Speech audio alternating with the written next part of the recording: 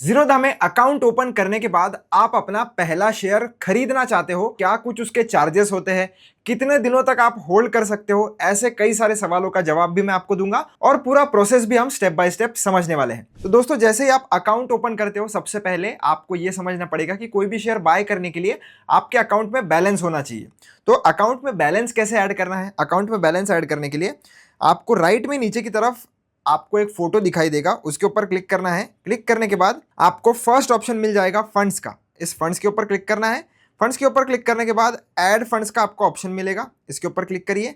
Click करने के बाद इधर अमाउंट आपको एंटर करना है कि कितना अमाउंट आप इस ट्रेडिंग बैलेंस में ऐड करना चाहते हो। तो जितना आपके हिसाब से आपको इन्वेस्ट करना है या जितना आप ऐड करना चाहते हो उतना नंबर आप डाल लीजिए। मिनिमम 100 रुपीज आप कर सकते हो, मैक्सिमम आपको जितना करना है आप कर सकते हो। तो जैसे मान लेते हैं मुझे 500 रुपए ऐड करने हैं, तो मैं 500 रुपए इधर डाल दूंगा। बैंक अकाउंट आपका एक ही एडेड होगा तो वही सिलेक्टेड रहेगा। और यूपीआई से करना है तो आप यूपीआई से कर सकते हो, बीएचआईएम से करना है तो बीएचआईएम से कर सकते हो, जीपे या नेट बैंकिंग से भी अगर आप करना चाहते हो तो कर सकते हो।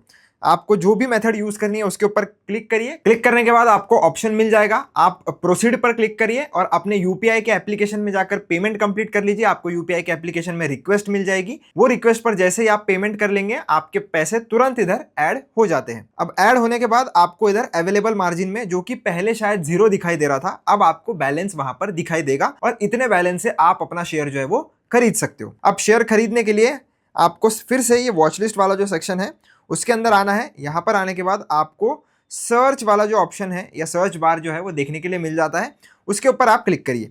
क्लिक करने के बाद आपको जो भी शेयर में खरीदना है या जिस भी कंपनी का शेयर आपको खरीदना है उसका नाम आपको एंटर करना पड़ेगा। तो एग्जांपल के लिए मैं आईडीएफसी फर्स्ट बैंक का शेयर खरीदना चाहता हूं। एग्जांपल है दोस्तों, कोई भी बाय सेल रिकमेंडेशन नहीं है।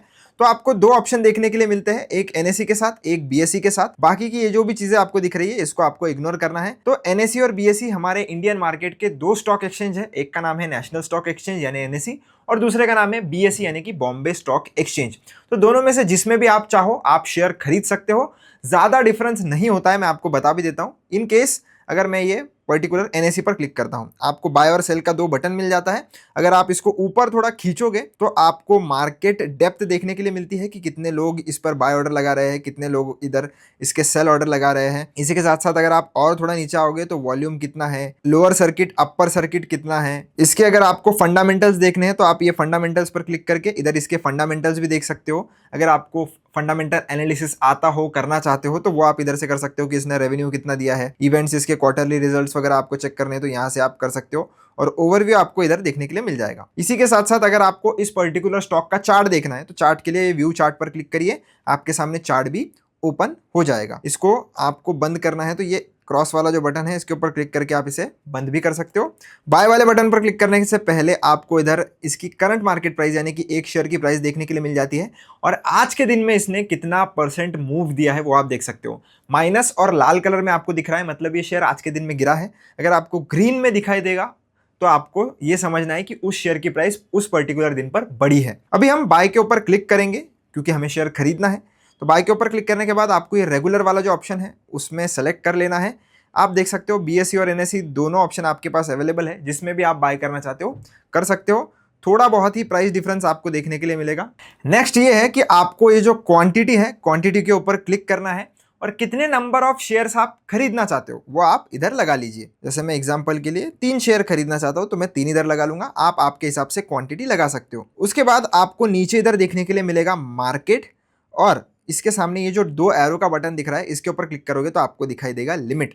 अब ये दोनों में क्या डिफरेंस है? दोनों में डिफरेंस ये है कि जो भी प्राइस इधर मार्केट में चल रही है, अगर आप तुरंत शेयर खरीदना चाहते हो जो भी मार्केट में प्राइस चल रही है तो आपको मार्केट वाला ऑप्शन चूज करना है। अगर आपको ऐसा लगता है कि आज के दिन में मार्केट बंद होने से पहले इस शेयर की प्राइस और गिर सकती है और उस पर्टिकुलर प्राइस पर मैं शेयर खरीदना चाहूंगा तो आप अपने मन के हिसाब से इधर प्राइस लगा सकते हो। बस ये जो प्राइस आप इधर लगा रहे हो ये मार्केट प्राइस से कम होनी चाहिए, ज्यादा नहीं होनी चाहिए। अगर आप ज्यादा का इधर लिमिट प्राइस सेट करते हो तो आपका ऑर्डर मार्केट प्राइस पर ही एग्जीक्यूट हो जाता है। तो जैसे मार्केट में प्राइस चल रही है 80.55 या 53 के आसपास, अगर मैं इधर लगाऊंगा 80.45 तो मेरा लिमिट ऑर्डर चला जाएगा और आज के दिन में अगर 80.45 का भाव मार्केट में जाता है तो ही आपका ऑर्डर एग्जीक्यूट होगा। अगर ये प्राइस मार्केट में नहीं आया तो आपका ऑर्डर वैसे ही पेंडिंग में रहेगा और end of the day cancel हो जाएगा। उस केस में आपको कोई भी शेयर नहीं मिलेगा या आपका ऑर्डर एग्जीक्यूट नहीं होगा। तो आपको देख लेना है। मैं फिलहाल तो 3 ही शेयर खरीदना चाहता हूँ, इसलिए मैं मार्केट पर खरीदना चाहता हूँ। अगर आप बहुत बड़ी क्वांटिटी बाय करना चाहते हो, बहुत ज्यादा शेयर बाय कर रहे हो, तो लिमिट ऑर्डर आप प्रीफर करिए और जो भी मार्केट में प्राइस चल रहा होगा उसी के बहुत क्लोज आपको लिमिट प्राइस सेट कर देनी है, ताकि तुरंत आपका ऑर्डर जो है वो एग्जीक्यूट हो जाए। उसके नीचे आपको ये जो लॉन्ग टर्म वाला बटन है उसको चूज करना है। लॉन्ग टर्म का मतलब ये है कि एक दिन से ज्यादा अगर आपको कोई भी शेयर होल्ड करना है तो उस केस में आपको ये लॉन्ग टर्म वाला ऑप्शन जो है उसको चूज करना पड़ता है। ये जो इंट्राडे का ऑप्शन है, इसका मतलब है कि इंट्राडे ट्रेडिंग अगर आपको करनी है तो ये ऑप्शन उसके लिए होता है। इंट्राडे ट्रेडिंग पहली बार कैसे करनी है और किन बातों का आपको ध्यान रखना है, इसका भी वीडियो चैनल पर आपको मिल जाएगा। आप चाहो तो इस वीडियो के बाद उसे जरूर चेकआउट कर सकते हो। अब इन्वेस्ट करने के लिए आपको हमेशा ये वाला बटन यूज करना है, चाहे फिर आप 10 दिनों के लिए होल्ड करो, चाहे आप 10 सालों के लिए होल्ड करो। आप शेयर जितने दिन चाहो उतने दिन होल्ड कर सकते हो, कोई भी उसमें लिमिटेशन नहीं होता है कि इतने दिनों तक ही कर सकते हो, उतने दिनों तक ही कर सकते हो।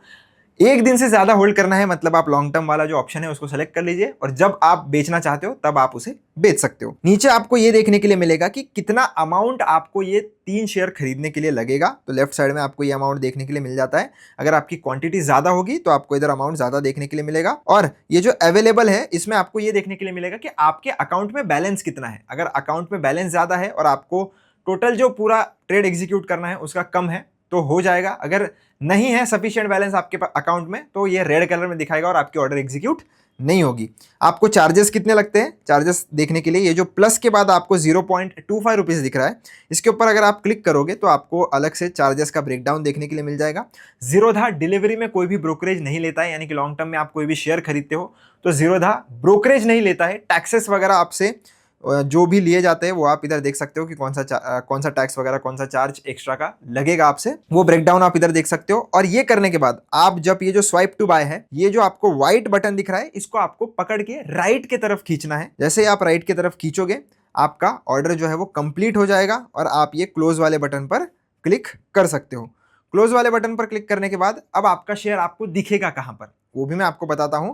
तो आपको आना है ये पोर्टफोलियो वाले सेक्शन में। पोर्टफोलियो में आने के बाद आप देख सकते हो ये 3 शेयर हमने इस पर्टिकुलर कंपनी के खरीदे हैं। होल्डिंग और सीएनसी आपको देखने के लिए मिलेगा। तो होल्डिंग और सीएनसी का मतलब है कि जब भी आप लॉन्ग टर्म में कोई भी शेयर खरीदते हो तो आपको देखने के लिए मिलेगा। अगर आप कोई भी शेयर बेचोगे आपके पोर्टफोलियो में का तो सोल्ड होल्डिंग लिखा हुआ आता है, और यहाँ पर होल्डिंग और सीएनसी में खरीदा है मतलब आपने उसी पर्टिकुलर दिन पर खरीदा है, और उस दिन आपको वो पोजीशंस वाले सेक्शन में दिखेगा, ना कि होल्डिंग्स वाले सेक्शन में। होल्डिंग्स वाले सेक्शन में वो अगले दिन जाता है, ऑटोमेटिक जाता है, तो एक दिन तक का आपको वेट करना पड़ेगा।